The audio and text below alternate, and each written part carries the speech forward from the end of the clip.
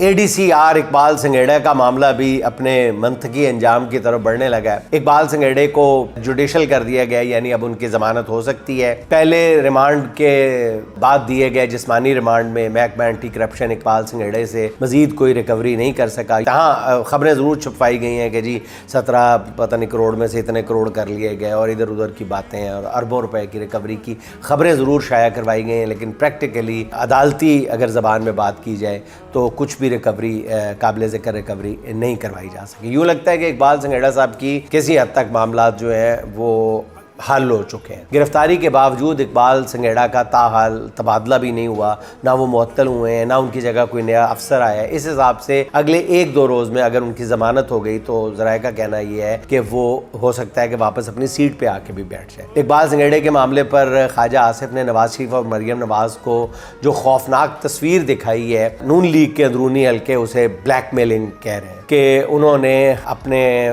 بہت ہی مخصوص چالیں چل کے باپ بیٹی کو اس معاملے میں ڈرا دیا۔ یوں خواجہ آصف اپنے دست راست کو بچانے میں بظاہر کامیاب نظر آ رہے ہیں۔ ذرائع کے مطابق خواجہ آصف نے میاں نواز شریف سے ملاقات کے دوران انہیں اس بات پر قائل کر لیا کہ اگر ایک ایسے بیوروکریٹ کی اربوں روپے کی کرپشن بے نقاب ہو گئی جو ہمارے بہت قریب سمجھا جاتا ہے تو اس سے ہماری اپنی ساکھ بالکل برباد ہو جائے گی۔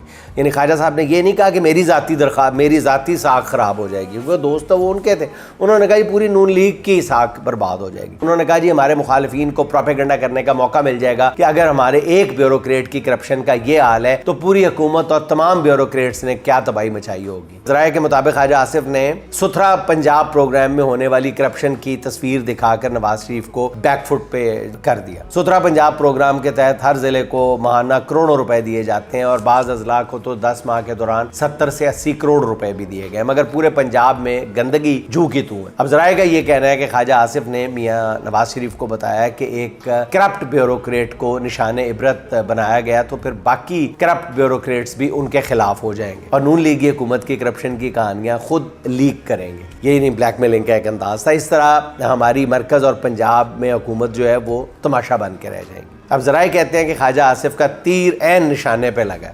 اتنی خوفناک تصویر دیکھنے کے بعد پھر نواز شریف صاحب اور مریم نواز صاحبہ نے دونوں نے اس میں عافیت سمجھی کہ خواجہ صاحب کی بات مان لی جائے اور اقبال سنگھیڑا کے چیپٹر کو کلوز کر دیا جائے۔